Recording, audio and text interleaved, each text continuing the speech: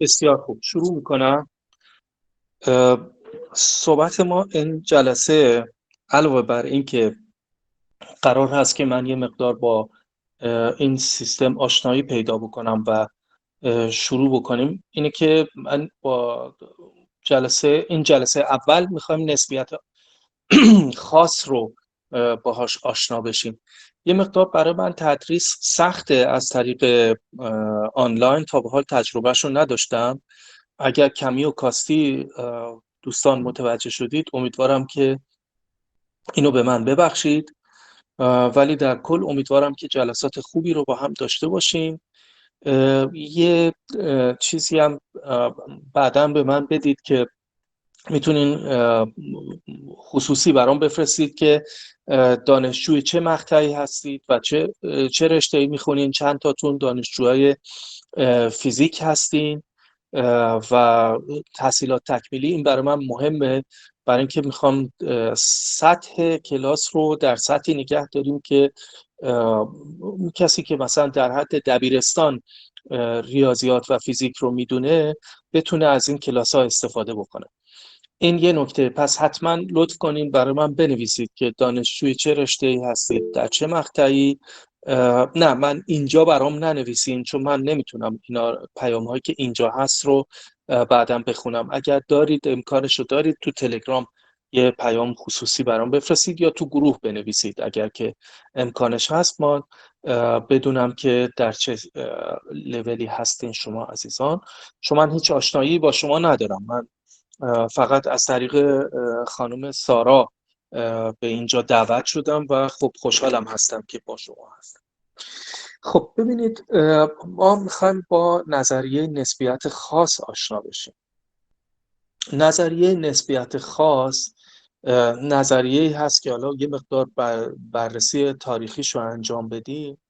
این جلسه اولمون البته به این صورته، شاید جلسه دومی رو هم برای نسبیت خاص اختصاص بدیم، بعد وارد نسبیت عام میشیم و بعد از اینکه احتمالاً 3 جلسه نسبیت عام رو با هم مرور کردیم، مفاهیم نسبیت رو کم و بیش در اختیار داریم و فکر میکنم حدود 4 یا 5 جلسه هم به کاربردهای نظریه نسبیت عام میتونیم بپردازیم، از جمله خود کیهان شناسی، پدیده‌ای مثل سیاهچاله ها و امواج گرانشی. یعنی این قولی هست که ما توی پوستر و توی اعلام برنامه به شما دادیم.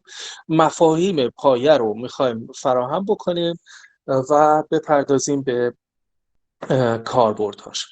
بنابراین من با نسبیت خاص شروع میکنم این جلسه و ممکنه که مثلا یک جلسه دیگه هم به نسبیت خاص بپردازیم، بعد حالا 2 یا 3 جلسه نسبیت عام. هر چقدر هم که من احساس بکنم که ظرفیت و کشش این وجود داره، هم از نظر فنی برای خودم با نوشتن فرمول ها، هم از لحاظ علاقه شما عزیزان، یه مقدار وارد جمله بندی تکنیکال قضیه میشیم. یعنی من مثلا وقتی میگم تبدیلات لورنس، شاید بتونیم واقعا تبدیلات لورنس رو همینجا بنویسیم یا به دستش بیاریم، تمریناتی رو حل بکنیم که شما عزیزان واقعا با این موضوع آشنا شده باشید. خب مقدمه کفایت میکنه، من وارد بحثش بشم. ببینید، ما یه اصل نسبیتی گالیلئی داریم که این تغییر پیدا میکنه به اصل نسبیت خاص. این پدیده تاریخی هست که حالا من بدون اینکه بخوام لکچر تاریخ بدم، یه مروری میکنیم که چطور اتفاق میفته این مسئله. ما پیش از نسبیت خاص یک تبدیل گالیله میشناختیم که این تبدیلات گالیلئی در دستگاه‌های لخت اینها رو هم عرض هم میدونه و علاوه بر این، من یه مقدار لپتاپ هم رو تنظیم بکنم، سرشو بیارم پایین، و اینها رو هم عرض میدونه و ما اصولاً بر این اعتقاد هستیم که قوانین فیزیک در دستگاه‌های لخت بایستی یک جور باشه. این دستگاه لخت چیه؟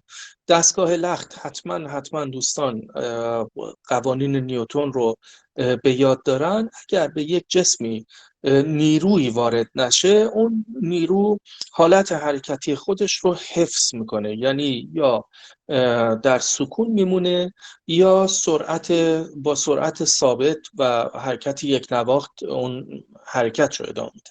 اگر چنین چیزی برقرار باشه در یک دستگاه، ما به اون دستگاه میگیم دستگاه لخت و جسمی که تا نیروی بهش وارد نشه از قانون اول نیوتن پیروی میکنه.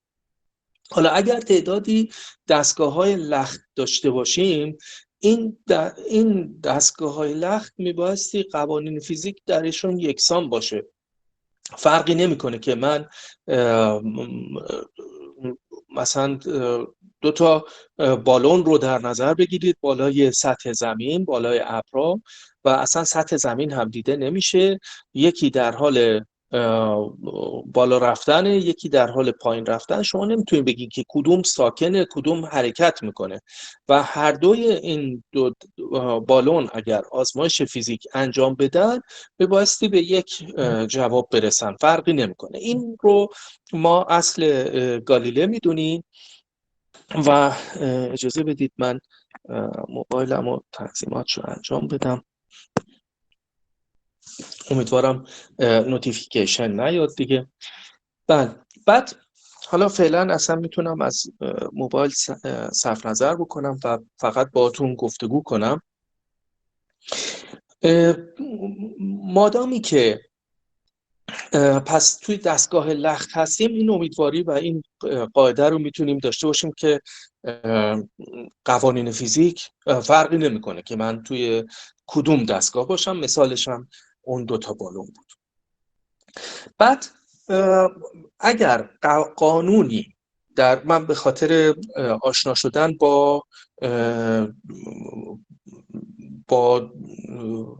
کلامش، با واژه‌هاش، این چیزا رو دارم اینطور مرور میکنم با شما.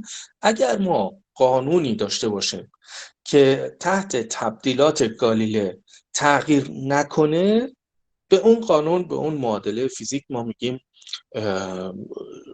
ناورداست در برابر گالیله. پس گالیله ناوردایی میشه عدم تغییر یه قانون فیزیک در هنگامی که ما تبدیلات گالیله رو انجام میدیم. تبدیلات گالیله ما رو از یک دستگاهی که دستگاه لخت باشه، ما رو میبره به یک دستگاه لخت دیگری که اینها ممکنه نسبت به هم حرکت یک نواخت داشته باشن، میتونه دوران با سرعت یک نواخت داشته باشن، فرقی نمیکنه. این چیز هست، خیلی کلی هست. حالا قرن 19 اتفاق مهمی که در فیزیک میفته این بوده که یه شخصی به نام مکسول که حتما اسمش به گوشتون خورده، میاد قوانین الکترومغناطیس رو، تمام قوانین شناخته شده الکترومغناطیس رو در 4 تا معادله که ما بهشون میگیم معادله های مکسول، اینها رو خلاصه میکنه و جمله بندی. پس ما یک دستگاه معادلاتی داریم به نام معادلات مکسول که پدیده های الکترومغناطیسی شناخته شده بشر رو همه رو با هم یک جا توصیف میکنه. این پدیده های الکترومغناطیسی اینجا جالبه که میدان الکتریکی در اثر بار الکتریکی به وجود میاد و میدان مغناطیسی در اثر حرکت بار الکتریکی، که بارهای الکتریکی وقتی حرکت میکنن ما بهشون میگیم جریان الکتریکی. پس منشأ میدان الکتریکی شد بار الکتریکی، منشأ میدان مغناطیسی شد میدان جریان الکتریکی، حرکت بارها. و این دوتا، مغناطیس و الکتریسیته که پیش از این پدیده‌های جداگانه‌ای شناخته شده بودن، منشأ مشترکی پیدا میکنن و یک جا با همدیگه در قوانین مکسول بیان میشن و دستاورد بسیار بسیار بزرگی هست برای بشریت که میتونه در یک نظریه واحد الکتریسیته و مغناطیس رو با هم یک جا توصیف بکنه و به همین دلیل هم ما بهش میگیم نظریه الکترومغناطیس یا الکترومگنتیسم. خب این دستاورد بزرگ بشریت یه مشکلی باهاش روبرو شد. از یه طرف ما تبدیلات گالیله رو داشتیم، از یه طرف معادلات مکسول که به این خوبی یک نظریه الکترومغناطیس رو به ما ارائه میداد. چیزی که متوجه شدن این بود که اگر ما این معادلات مکسول رو تحت تبدیلات گالیله از یک دستگاه لخت به یک دستگاه لخت دیگه انتقال بدیم، اینها اون اصطلاحی که به کار بردم ناوردایی، اون ناوردایی رو رعایت نمی‌کنن. یعنی چی؟ یا بایستی تصور بکنیم که یک دستگاه لخت مطلقی وجود داره که در همه عالم یک جور هست، یک دستگاه لخت مطلق که سایر دستگاه‌های لخت نسبت به این دستگاه لخت مطلق در حال حرکت هستند و ما میتونیم به یک روشی که روش شمالات تا چند ثانیه دیگه میگم بتونیم حرکتمون رو در برابر این دستگاه لخت مطلق اندازه‌گیری بکنیم و متوجه بشیم که ما متحرکیم و این دستگاه لخت مطلق سر جاش و ثابت است. یا یه همچین چیزی رو باید تصور بکنیم، یا بایستی بیایم تبدیلاتی رو پیدا بکنیم که عام‌تر از تبدیلات گالیله هست و بپذیریم که معادلات مکسول در دستگاه‌های لخت مطلق شکل خودش رو حفظ میکنه، فرقی وجود نداره که من در کدوم دستگاه لخت هستم، قوانین مکسول همون شکل خودش رو داره و تبدیلات ما باید عوض بشه. اون قانون لورنس ترانسفورمیشن یکی از دوستان نوشتن. بله، این تبدیلات لورنس تبدیلات جامع‌تر و کاملتری هستند ولی یه بهای سنگینی داره. اون بهای سنگینش اینه که در تبدیلات لورنس فضا و زمان با هم وارد میشه. تبدیلات گالیلئی فقط تبدیلات مختصات فضایی هست، ولی در تبدیلات لورنس ما مختصات فضایی و زمان رو با هم مجبوریم که وارد کنیم. یعنی اگر من این رو جدی بگیرم دیگه فضا و زمان مطلقی وجود نداره. نمیتونم یه ساعت جهانی تعریف بکنم و بگم این ساعت جهانی برای همه ناظرها به یک آهنگ داره سپری شدن زمان رو نشون میده و همه ماها میتونیم ساعت خودمون رو با اون ساعت جهانی تنظیم کنیم. این کاری که در واقع روی زمین داریم انجام میدیم. یک مرکز ساعتی وجود داره و به ما اعلام میکنه که ساعت چی هست و هر کسی که مایل باشه با این ساعت جهانی، گوشی های شما، لپتاپ های شما، همه چیز شما با این ساعت جهانی تنظیم میشه. شما فقط کافیه که اون تایم زون یا محدوده زمانی خودتون رو توی گوشی و توی لپتاپ تنظیم بکنین نسبت به اون ساعت جهانی که وقتش در گرینیچ هست. اونجا این تنظیم میشه و ما عملاً یه ساعت جهانی داریم. خب حالا این تصوری که الان به طور روزمره داریم ازش استفاده میکنیم رو اگر تبدیلات لورنس رو بپذیریم باید از کف بدیم. خب داستان رو خیلی خلاصه میتونم بکنم براتون. اگر چنین دستگاه لخت مطلق جهانی وجود می داشت قوانین مکسول فقط و فقط در همین دستگاه لخت جهانی مطلق میتونست برقرار باشه، از جمله اندازه سرعت نور. شما توی معادلات مکسول اگر تغییرات میدان الکتریکی رو و تغییرات میدان مغناطیسی رو با همدیگه جفت بکنیم، این معادلات از دلش یک چیزی به دست میاد که بهش میگن معادله موج.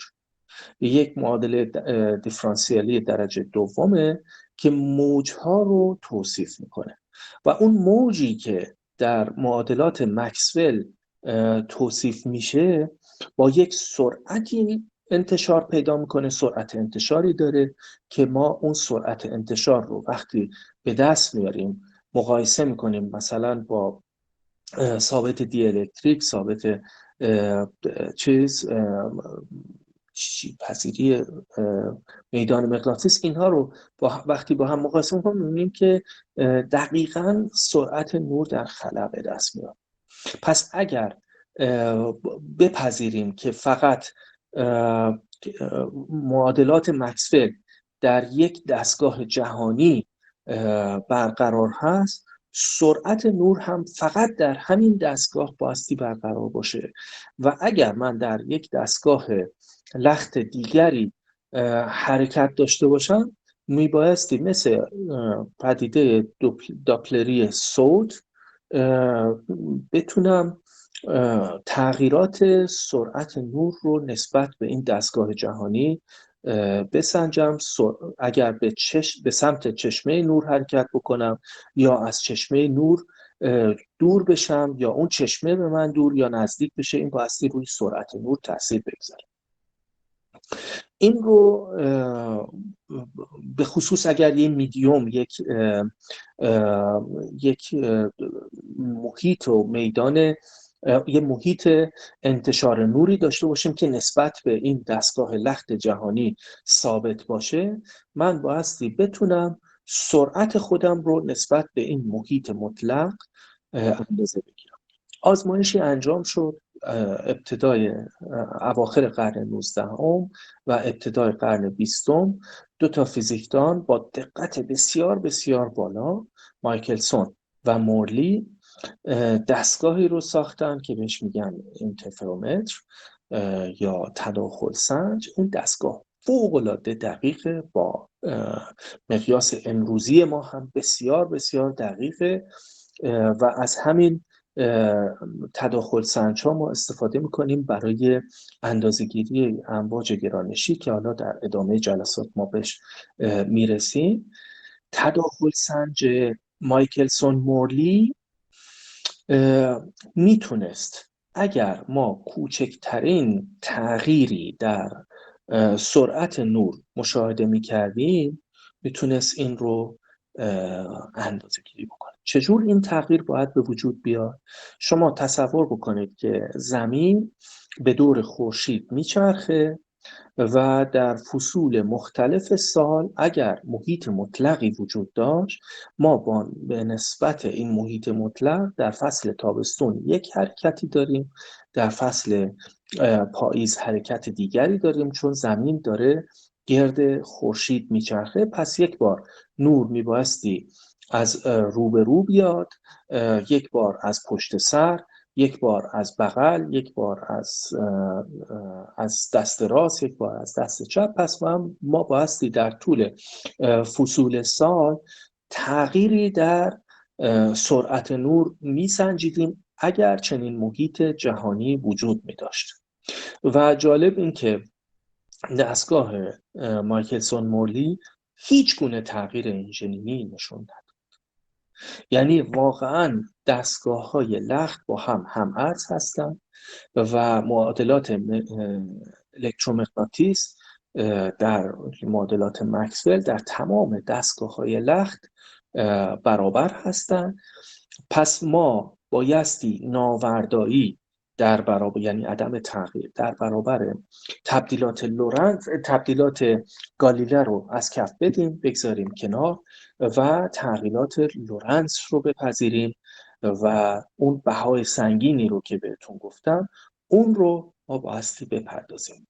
یعنی باید قبول کنیم که همزمان وقتی یک دستگاه لختی در برابر دستگاه لخت دیگری حرکت داره، اینها نه فقط مختص فضاییشون بلکه مختص زمانیشون هم نسبت به هم تغییر میکنه و شخصی که این انقلاب بزرگ فکری رو راه انداخت و مقاله ای رو نوشت، البته فقط این یک مقاله نبود، 5 تا مقاله بنیادین در سال 1905 توسط شخصی به نام آلبرت اینشتین که یک کارمند ناشناخته‌ای توی اداره ثبت اختراع بود، این 5 تا مقاله چاپ شدن و دنیای فیزیک رو تکون دادن. توی اون مقاله اصلی که بعداً مقاله پایه نسبیت خاص شناخته شد، در ترجمه عنوان مقاله هست درباره دینامیک تو الکترودینامیک bewegte Körper، یعنی اجسام متحرک الکترودینامیکشون چه تغییری پیدا میکنه، چه اثری میگذاره. این مقاله سپتامبر سال 1905 منتشر شد و اونجا اینشتین عنوان کرد که حالا که ما تبدیلات لورنس رو داریم، خب قبل از اینشتین آنری پوانکاره و لورنس کارهای بنیادی رو انجام داده بودن. اینجا اینشتین اومد و تعبیر این رو، یعنی عواقب پیامدهای این تبدیلات لورنس رو عنوان کرد و نشون داد که اگر ما اینها رو بپذیریم پس بایستی زمان متناسب باشه با حرکت اون ناظری که یک دستگاه لختی رو داره و 2 تا دستگاه لخت که نسبت به هم حرکت دارند در سرعت ثابت هستند، اینها زمان سنجیشون هم متفاوت میشه، نه فقط مکان سنجی. و اونجا یک آزمایش فکری رو انجام داد که من این آزمایش فکری رو خیلی مختصر میخوام با شما مرور بکنم. فکر کنید که ما 2 تا ناظر داریم در یک ایستگاه قطار و قطاری که در حالت سکون طول قطار دقیقاً برابر هست با طول ایستگاه، از این ایستگاه عبور میکنه. یعنی اگر ما قطار رو داخل ایستگاه قرار میدادیم، این 2 تا دقیقاً برابر با هم طول برابری با هم دیگه داشتن. در این قطار متحرک و در ایستگاه ما ناظرهایی رو قرار میدیم که این ناظرها قادرن سرعت رو طول رو بسنجن، یعنی ابزار اندازه‌گیری طول دارن، ابزار اندازه‌گیری زمان یعنی ساعت دارن و میتونن پیام‌هایی رو از طریق چراغ به همدیگه منتقل کنن. یعنی هر وقت یک رویدادی رخ داد میتونن چراغ بزنن و ناظرهای دیگر رو مطلع بکنن که یه رویدادی اتفاق افتاده. این فضا رو شما تصور بکنید و تصور بکنید که حالا مادامی که این قطار از داخل ایستگاه رد میشه چه اتفاقی میفته. یعنی من الان چیز رو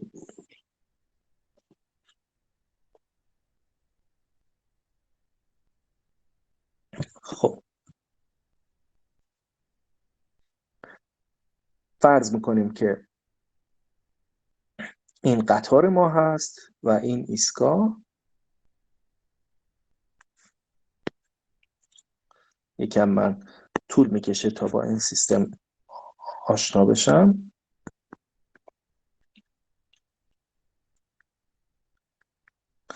قطار و ایستگاه رو در نظر بگیرید، این در حالت سکون.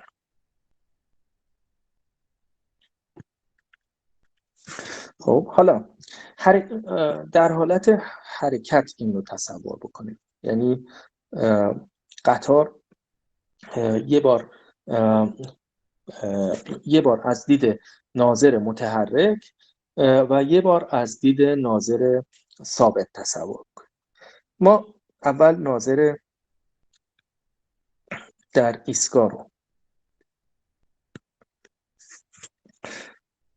وقتی که قطار به سر و ته ایستگاه رسید، میگیم که یک چراغ اینجا و یک چراغ اینجا هم نور بزنن و اون کسی که داخل ایستگاه وایساده این دوتا پیام نوری رو همزمان دریافت میکنه و چون از دید این ناظر داخل ایستگاه سر و ته ایستگاه یک فاصله داره و یک زمان مشخصی طول میکشه تا پیام این سر ایستگاه و اون سر ایستگاه به ناظر داخل ایستگاه برسه. خب حالا این رو در نظر بگیرید ناظر داخل قطار.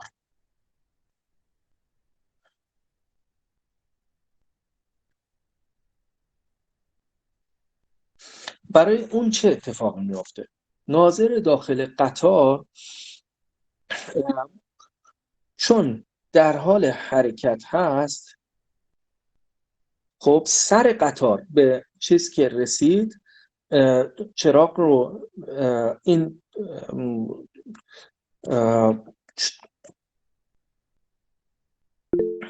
این پیام نوری که سر قطار به سر ایستگاه رسید رو چون متحرک هست، این رو من به این صورت نشون میدم،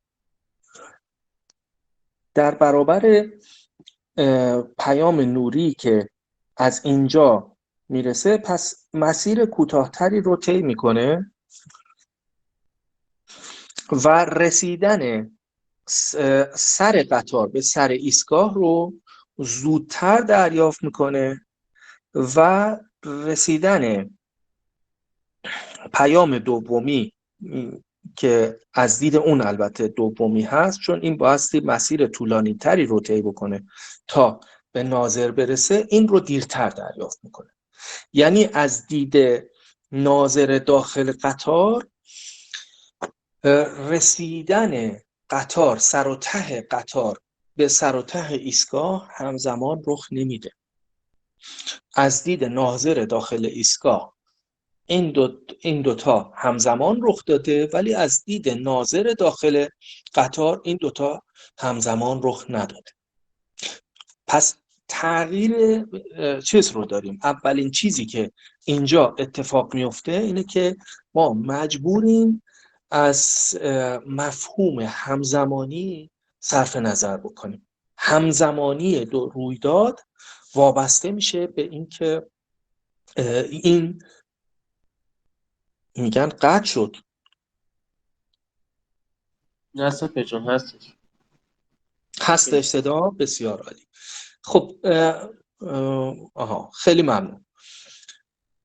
پس اولین چیزی که باید ازش صرف نظر بکنیم این مفهوم همزمانیه و چیز بسیار وحشتناکی هست که شما از دید یک فیزیکدان کلاسیک مجبورید از این مفهوم همزمانی صرف نظر بکنید.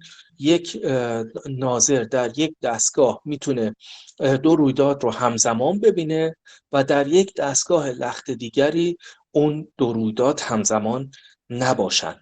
چقدر این میتونه تاثیر بگذاره. البته وحشتناکتر از این هم هست. من میتونم حالا با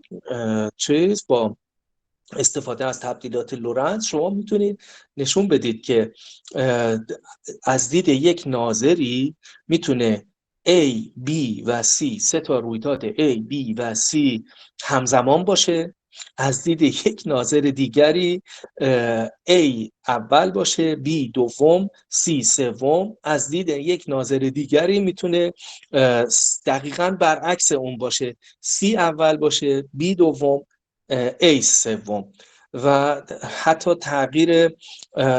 تغییر ترتیب زمانی رو هم میتونیم داشته باشیم و این خیلی مسائل فیزیک رو پیچیده میکنه.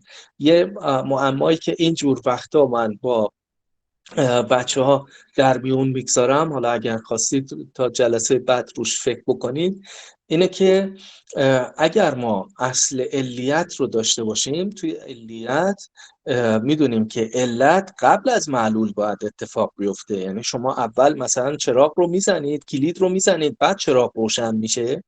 حالا اگر یه ناظری برعکس این حرکت بکنه، چه اتفاقی میفته؟ انگار که چراغ اول روشن شده بعد شما کلید رو زدید. آیا اون وقت این اصل علیت رو زیر سوال میبره یا نه؟ و امیدوارم که در مورد این معما خوب فکر بکنید و به من یه چیزی یا تو گروه یه جوابی رو در مورد این مسئله بنویسید که اصل علیت چه اجازه بلایی است من سر بگم این؟ جوابشو؟ بله؟ اجازه است من جوابشو بگم؟ نه اجازه بدید که دوستان همه روش فکر بکنن. جناب پوریای عزیز، حتما شما خیلی دانش خیلی خوبی دارید در این زمینه. اجازه بدید که همه مشارکت بکنم. من قطعا اینجا جایزه نوبل به کسی داده نمیشه، به خود منم همینطور. بله، اینجا ما میخوایم یه فضایی رو فراهم بکنیم برای یادگیری عزیزان. بنابراین چیزایی هست که تو هر کتاب نسبیتی شما باز بکنید احتمالاً جوابش رو فوری نوشته. من فقط طرح مسئله میکنم که ذهن عزیزان با این مسائل آشنا بشه. خب حالا که ما همزمانی رو از کف دادیم، از دست دادیم، چه اتفاقی میفته؟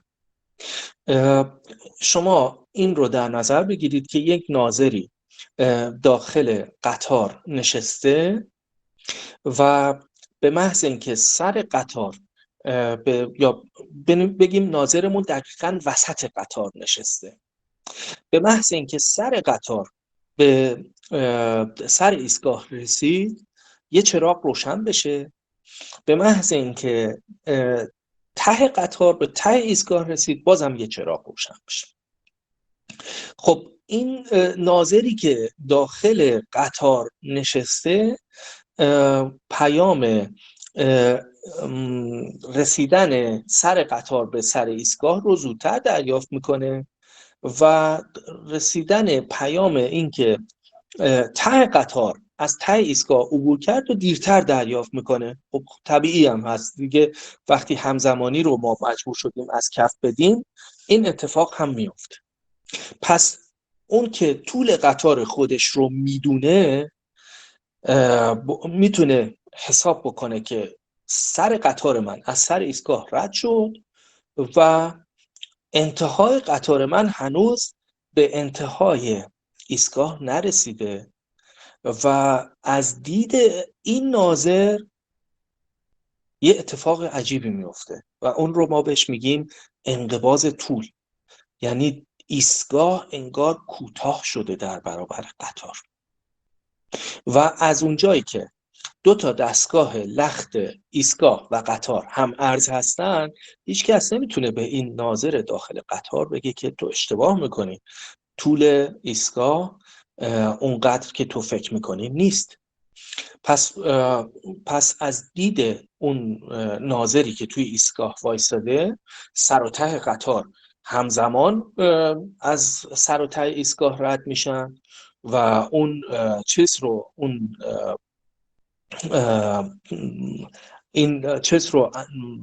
این دو تا پیام عبور قطار رو همزمان دریافت میکنه. اونی که توی قطار نشسته نه تنها این دو تا پیام رو همزمان دریافت نمیکنه، یکیشو زودتر میگیره یکیشو دیرتر. بنابراین انگار میکنه که قطارش از ایستگاه بلندتره و اگر ما این رو جمله بندی ریاضی بکنیم میرسیم به یه چیزی که بهش میگن انقباض طول لورنس و اگه فرصت بشه یا یه مقدار من مهارت بیشتری پیدا بکنم توی نوشتن فرمول ها میتونم این رو براتون به دست بیارم. حالا این رو داشته باشیم. یه موضوع دیگر رو شما در کنار این باز از همین مسئله به دست میارین و اون هم این که چه مدت زمانی طول میکشه که این قطار از ایستگاه عبور بکنه. اگر تصور بکنیم که این یه ساعتی رو تنظیم بکنیم که ابتدای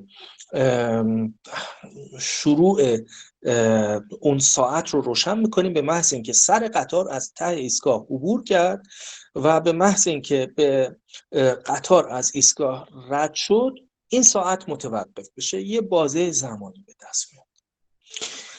این بازه زمانی از اونجایی که چیز هست، از اونجایی که این ناظر ما طول قطارش رو میدونه، میتونه توی دستگاه خودش این طول قطار رو یا مسافتی رو که طی کرده با اون بازه زمانی مقایسه بکنه، یه سرعتی به دست بیاره و یه بازه زمانی اندازه میده. حالا از اونجایی که این دوتا ناظر داخل ایستگاه، ناظر داخل قطار،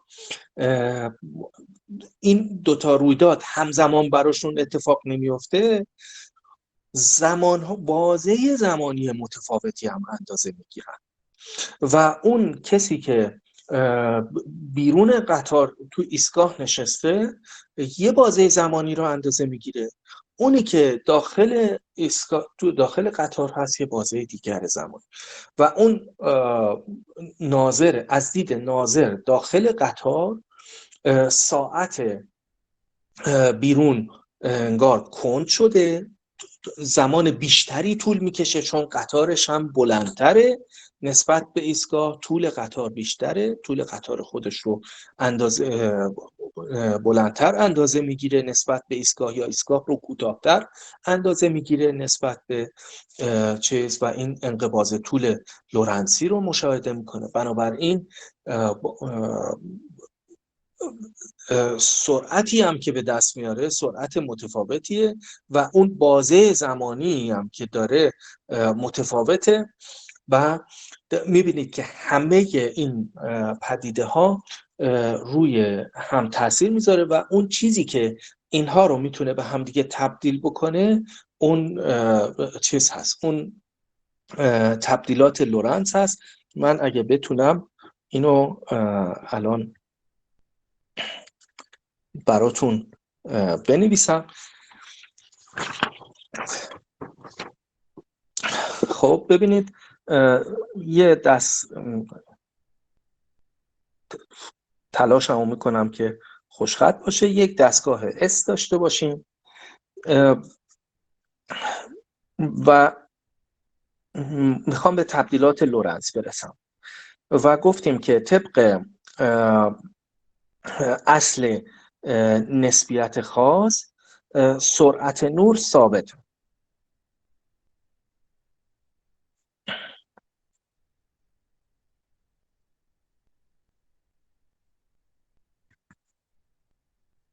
خب در دستگاه S فرض میکنیم که یه بازه X به Y و Z رو داشته باشیم که مسیری رو طی میکنه و طبق قانون فیثاغورس تقریبا این فاصله ای رو که نور از یه نقطه‌ای به نقطه دیگری طی میکنه این باید باشه x به توان 2 y به توان 2 z به توان 2 بازه x و y و z رو در نظر بگیریم. خب در دستگاه S' این مختصات ما میشه x' به توان 2 به اضافه y' به توان 2 به اضافه z' به توان 2 C2 تی پریم به توان 2.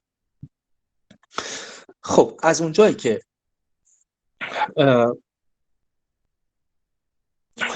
چیز هست، حالا من یه کوچولو فرض کنیم که حرکت ما حرکت S و S پریم در جهت X باشه. خب اگر تبدیل گالیله رو در نظر بگیریم، این X پریم باید باشه X منهای V T، Y پریم باید Y باشه، ببخشید Y پریم باید Y باشه، Z پریم باید Z باشه، T پریم باید T باشه. خب چه اتفاقی میفته؟ X به توان 2 منهای، حالا من یه بار دیگه اینو بنویسمش مثل اینکه پاک شد، X منهای VT.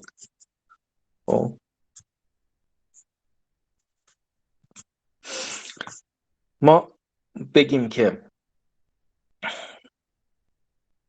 X پریم به توان 2 به اضافه Y پریم به توان 2 Z پریم به توان 2، این میشه X منهای VT به توان 2 Y پریم به توان 2 Z پریم به توان 2. ببخشید اگر خط بد خطه، این میشه X به توان 2 2X VT به اضافه V توان 2 به T به توان 2.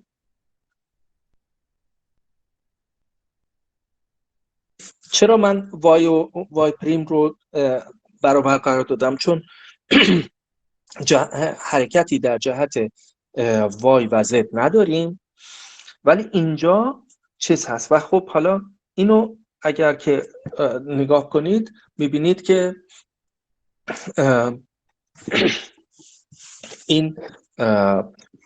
این جملات اضافی که ما الان داریم باعث میشه که این ستا برابر بود با C2 T2 و این جملات اضافی ما باعث میشه که این برابری چیز به هم بخوره. یعنی ما طبق تبدیلات گالیله نمیتونیم بپذیریم که سرعت نور در دستگاه‌های مختلف با هم برابر هست. چی کار باید بکنیم؟ راه چاره چیه؟ بریم سراغ تبدیلات لورنتز. در تبدیل لورنتز من به جای اینکه بگم X برابر است با X منهای VT، یه آلفا و اپسیلونی اینجا قرار میدم. میگم که X پریم من باشه آلفا یه ضریبی ضرب در X به اضافه یه ضریبی در T، و همچنان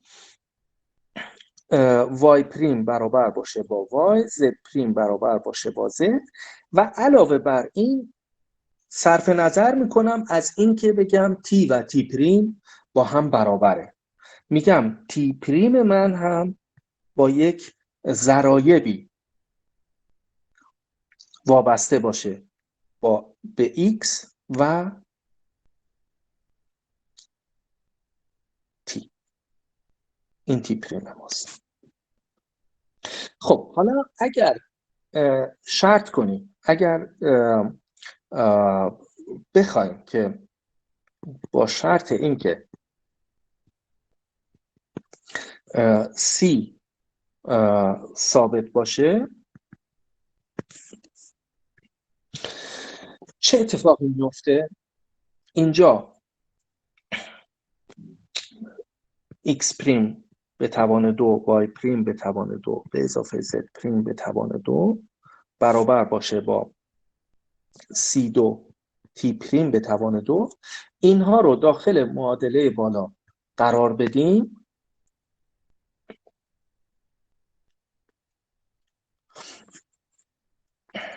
مثل این که بعد اینها رو داخل معادله بالا قرار بدیم، این ضرایب آلفا و اپسیلون و دلتا و اتا به دست میاد و این ضرایب دقیقاً اون چیزی هست، فکر میکنم یکی از دوستان هم اینجا نوشتن، ضرایبی هستند که x پریم رو به x و t پریم رو به x و t وابسته میکنه. یعنی هم زمان ما تغییر میکنه و هم مختص فضایی.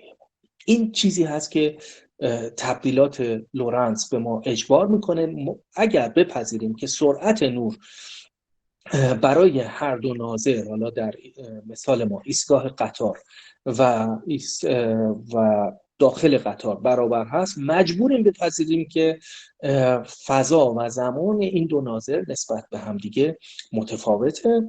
از یک طرف برای اون ناظر داخل قطار طول ایستگاه کوتاه میشه و برعکسش رو هم میشه نشون داد. اگر که ما فرض بکنیم که خودمون رو در ایستگاه قرار بدیم و اون تبدیلات رو برعکسش انجام بدیم، یعنی بپذیریم، یعنی این شرایط رو در نظر بگیریم که ناظر داخل قطار پیام نوری بفرسته به محض اینکه سر قطار به سر ایستگاه و ته قطار به ته ایستگاه رسید، ناظر داخل قطار این پیام نوری رو بفرسته. چون این دوتا پیام همزمان به ناظر داخل ایستگاه نمیرسه، طول متفاوتی رو از این قطار به دست میاره و از دید ناظر داخل ایستگاه طول قطار هست که کوتاه میشه و زمان سنجیده شدن، یعنی اون بازه زمانی که از ساعت داخل قطار سنجیده میشه، اون بازه زمانی بلند میشه. برعکسش برای یعنی بازه های زمانی اتفاق میفته و این چیزی هست که ما بهش میگیم کشیده شدن یا کشیدگی یا اتساع زمان. پس ما دو پدیده انقباض طول داریم و اتساع زمان که نتیجه فوری این تبدیلات لورنس هست و این رو مدیون اینشتین هستیم که این موضوع رو تشخیص داده. علاوه بر این چیزی که اتفاق میفته، حالا شما فرض کنید که داخل این قطار یک مأمور قطاری داشته باشیم که شروع بکنه به دویدن یا یک توپی رو شلیک بکنه، یک گلوله شلیک بکنه. میپرسن کاربرد این روابط چی هست؟ میرسن به کاربردش. اول ببینیم که چه پیامدهایی رو داره و بعد به کاربردش میرسن. فرض میکنیم که اون مأمور قطار یه گلوله رو شلیک بکنه. از دیدگاه فیزیک کلاسیک، فیزیک گالیلئی، سرعت قطار با سرعت اون گلوله جمع میشه و V1 به اضافه V2 دست. اگر ما بپذیریم که آهنگ سپری شدن زمان و اون انقباض طول رخ میده، این هم تأثیر میذاره روی سرعت هایی که دو ناظر، یک ناظر داخل قطار و یک ناظر بیرون اندازه میگیرن و دیگه به این صورت چیز نخواهد بود. یعنی ما دیگه از دید گالیله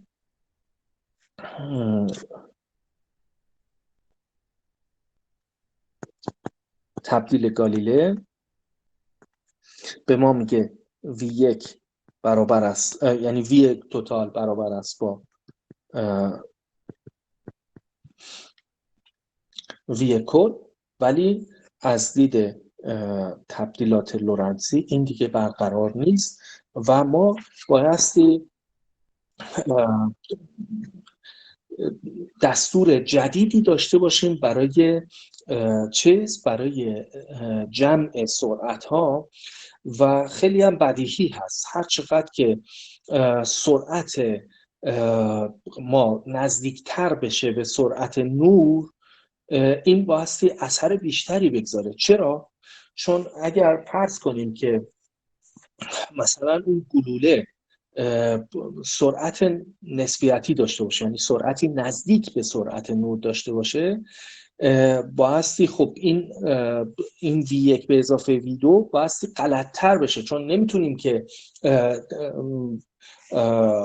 اون جمع سرعت ها دیگه به این چیز نمیتونه باشه که مثلا اگر مثلا C به اضافه V داشته باشیم این قطعا بزرگتر از C خواهد بود و هر چقدر که این V به C نزدیکتر باشه این غلطتر میشه. پس ما بایستی یک ضریبی داشته باشیم که وابسته باشه، ضریب وابسته به V سیوم که در نسبیت ما بهش میگیم معمولا ضریب بتا.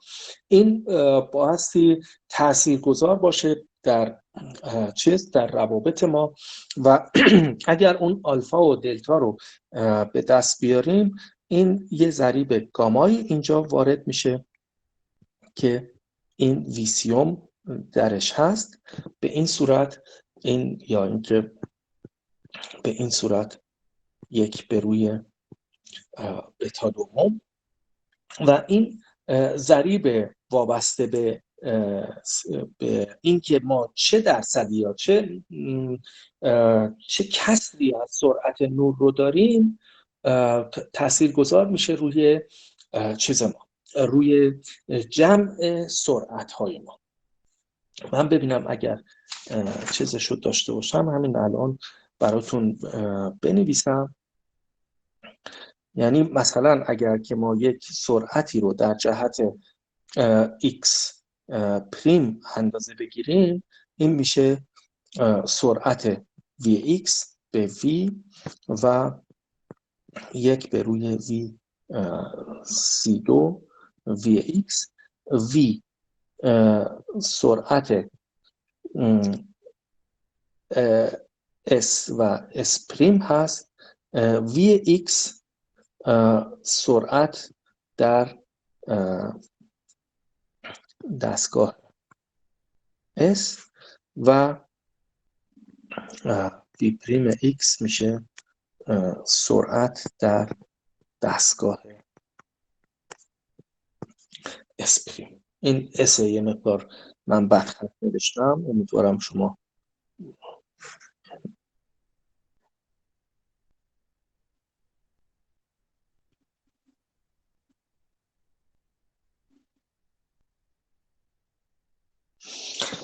خب. پس این جمع سرعت ها هم عوض میشه. بعد جالب اینه که فقط سرعت در جهت حرکت نیست که عوض میشه، یه سرعت در جهت‌های y و z که خب ما دیدیم در خود تبدیلات لورنز y پریم برابر بود با y، z پریم برابر بود با z. اما در سرعت ها یه تفاوتی اینجا ظاهر میشه.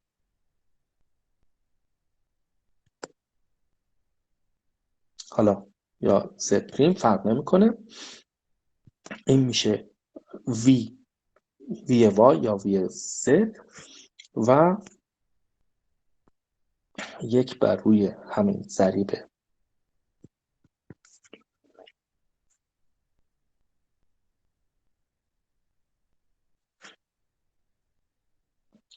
و یک منهای V2 C2 یک دوم. چرا این اتفاق میفته؟ ما دیدیم که مختصات وای و زد تأثیری نمیپذیره از تبدیلات لورنس، اما اگر من یه سرعتی رو در جهت وای یا در جهت زد داشته باشم، سرعت تغییرات وای و زد هست در بازه زمانی حالا تی یا تی پریم که مربوط میشه به اون دستگاه. چون وای و زد خودشون تاثیر نمیپذیرن، یعنی در جهت عمود بر حرکت قطار، مثلا من فرض کنید که از وسط قطار بیام یک به من پول کانکشن میده،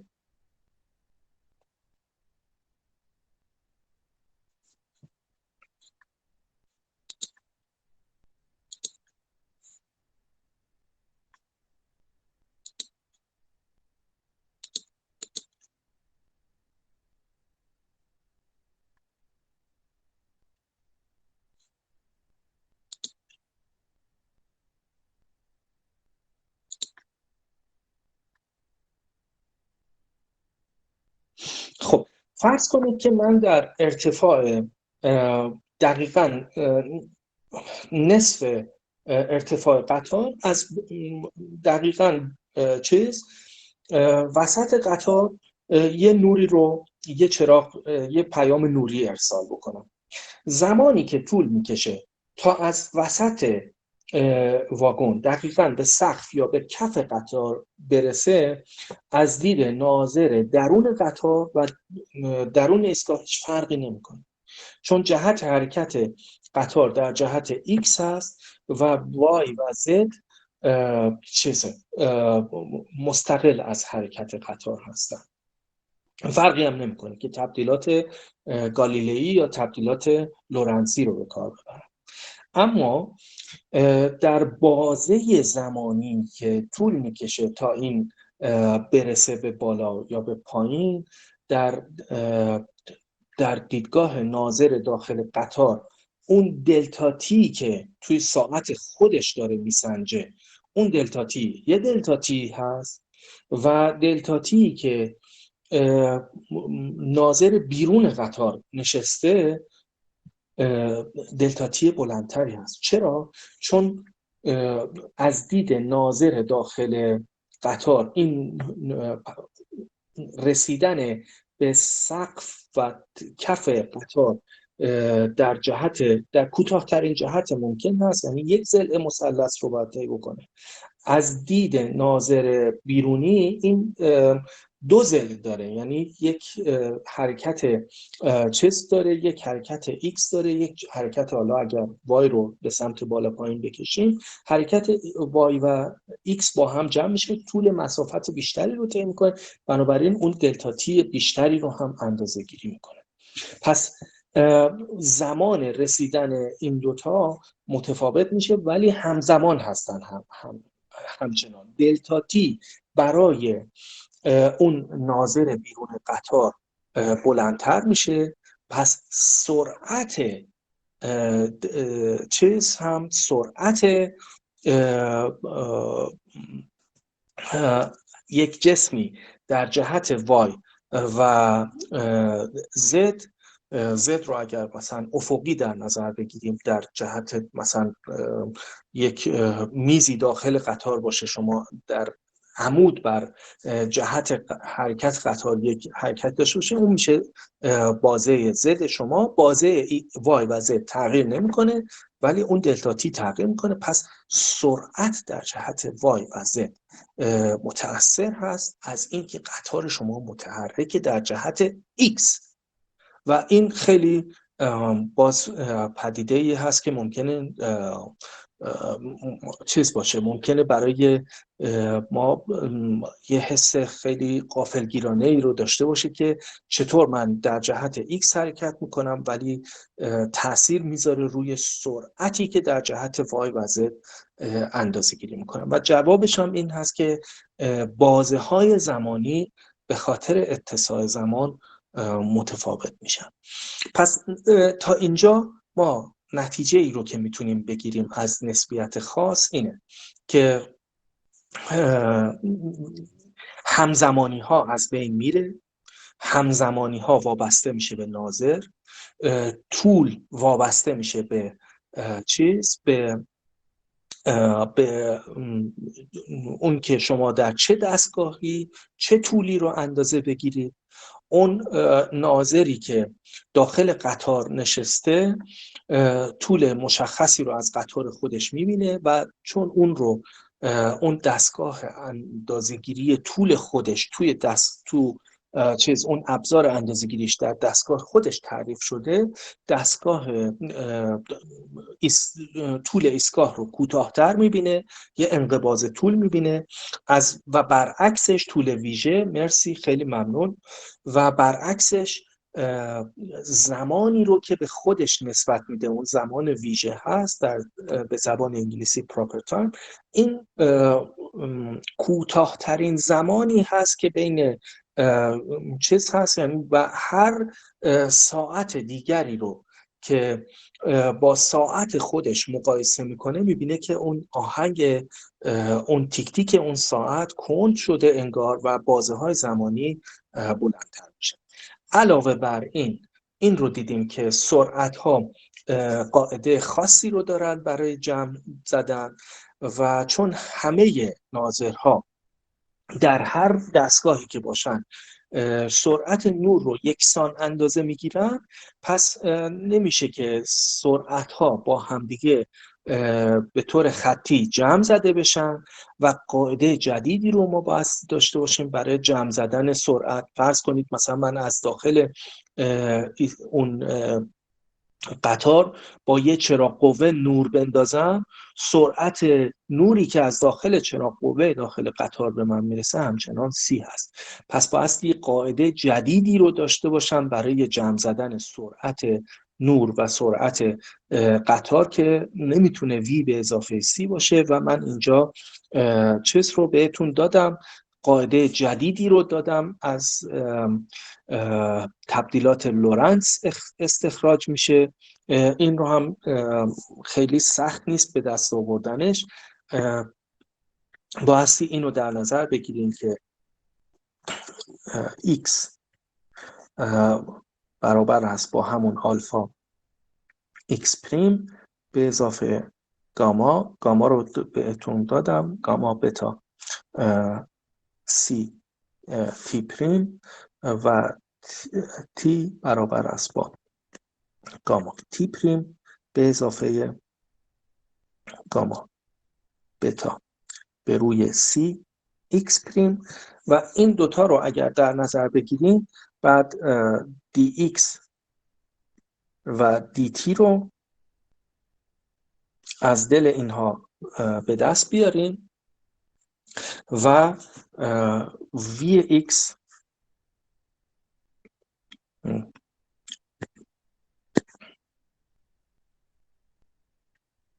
الان دیگه نمی‌نویسه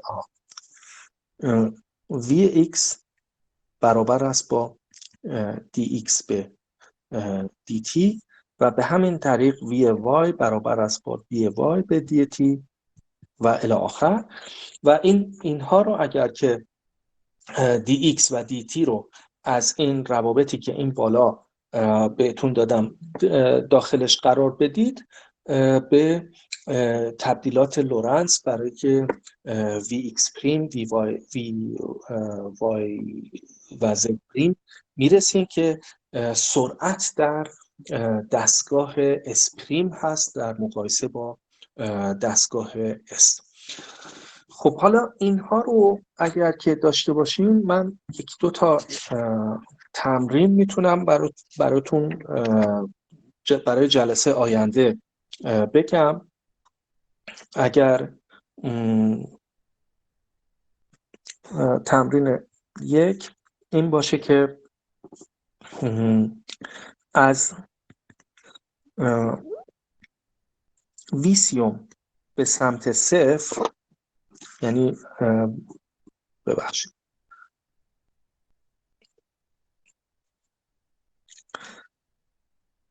با شرط ویسیوم به سمت صفر از تبدیلات لورنس به تبدیلات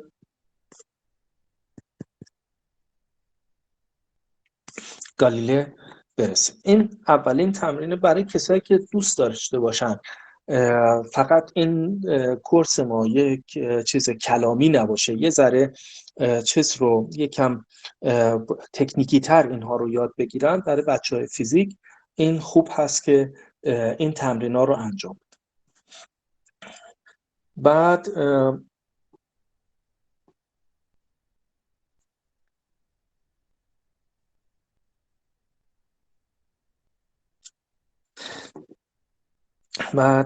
دو چیزی که تقریبا ما فرض گرفتیم این که گفتیم این رابطه x z به توان 2 c2 d2 لورنس ناوردا هست. یعنی تبدیلات لورنس رو روی x و y و z که y و z بدیهیه، روی y و z روی x و t اعمال کنین و نشون بدین که توی دستگاه اسپریم هم همین رابطه به همین شکل برقرار هست. بعد بازم یه تمرین ساده، تبدیلات لورنس رو با استفاده از بتا و گاما بنویسید که شکلش خیلی ساده تر میشه. بعد تمرین شماره 4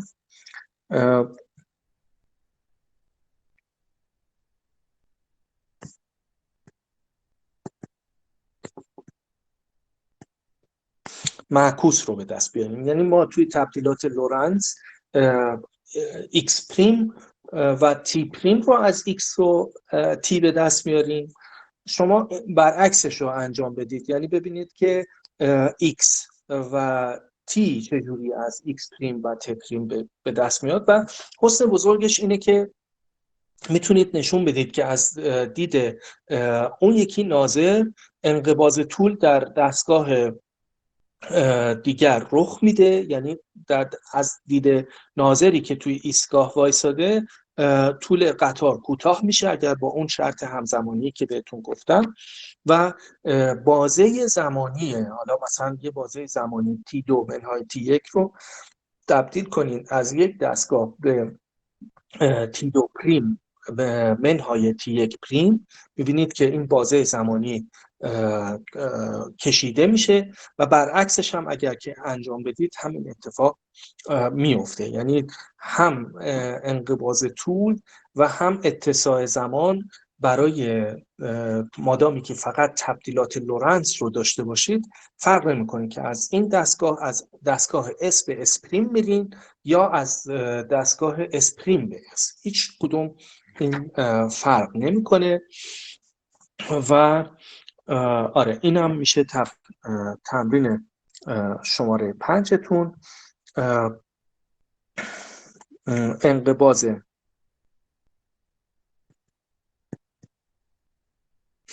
طول از دید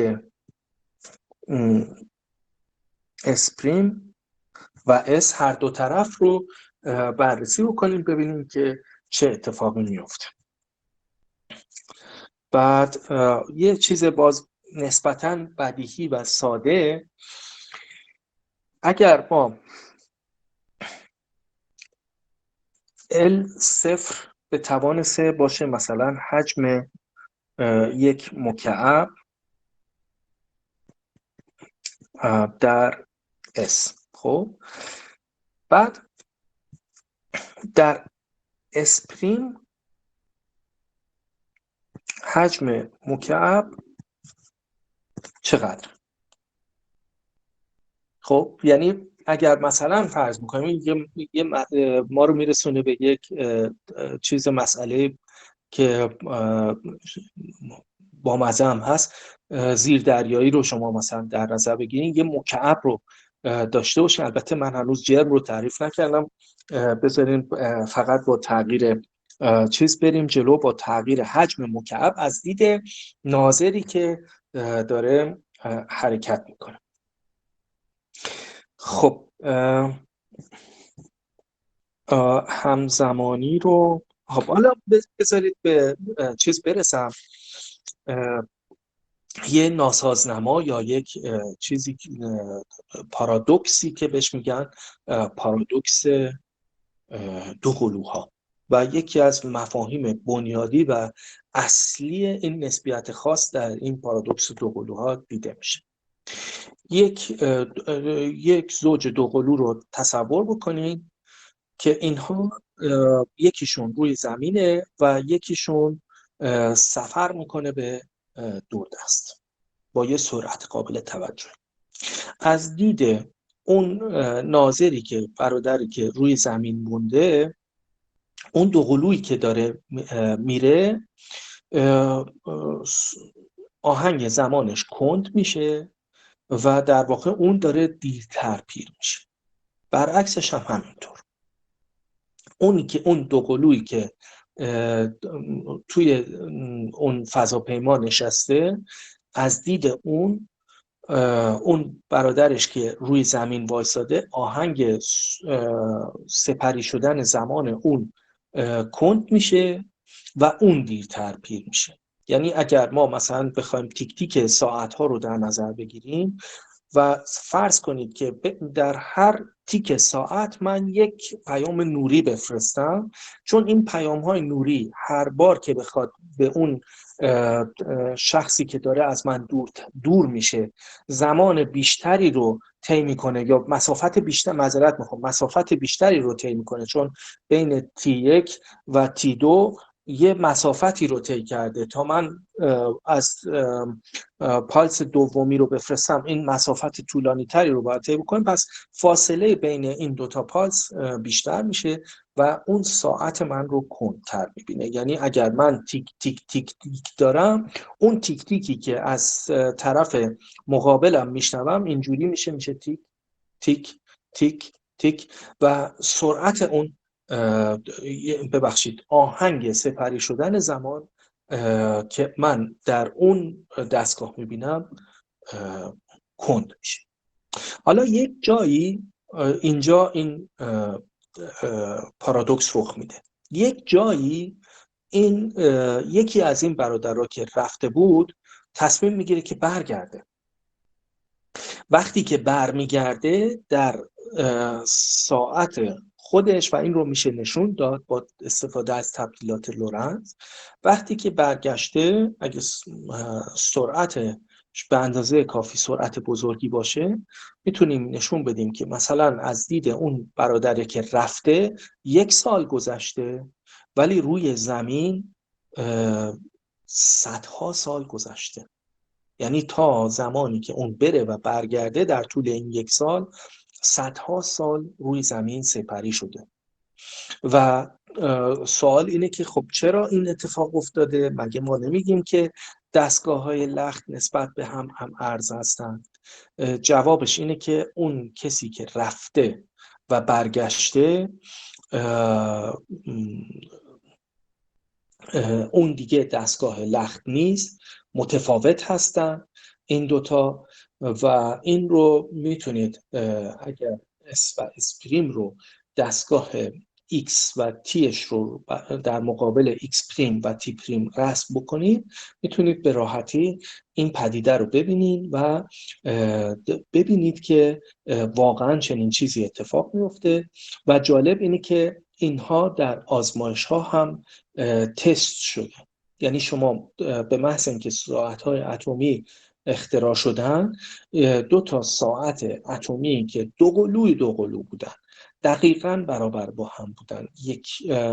اون آهنگ تیک تیکشون با دقت بسیار بسیار بالایی، میدونید که نوسان اتم سزیم رو اندازه گیری میکنن که در ثانیه یک عدد بسیار بسیار بزرگی نوسان داره و چون این نوسان ها تعدادشون بسیار بسیار بالاست، بازه زمانی خیلی خیلی کوچیکی رو میتونن اندازه‌گیری بکنن و دقت اندازه‌گیری زمانشون بسیار بسیار بالاست. اینها رو در دهه 70 دو تا ساعت اتمی دوقلو رو کنار هم قرار دادن، دیدن که واقعا با دقت بسیار بالای مثلا در چندین هزار قرن یک ثانیه اینا ممکنه اختلاف زمانی داشته باشن. یکیشون رو داخل هواپیما قرار دادن و بردن چرخوندن و آوردن برگردوندن روی زمین و نشون داد این اختلاف زمانی که بین دو تا ساعت به وجود اومده بود که پیشبینی های نظریه نسبیت خاص کاملا درست هست و وقتی که یک ساعتی متحرک میشه و چیز میشه، این دیگه اون قضیه هم ارز بودن دو تا دستگاه لخت اینجا رعایت نمیشه و این دو تا ساعت متفاوت میشه. من میخوام یواش یواش با توجه به اینکه نزدیک به 1.5 ساعت هم هست جلسه امروز رو ببندم. در جلسه اولی که داشتیم یه مقدار حالا من تا مهارت ارائه از طریق آنلاین رو یاد بگیرم یه مقدار کند بودم.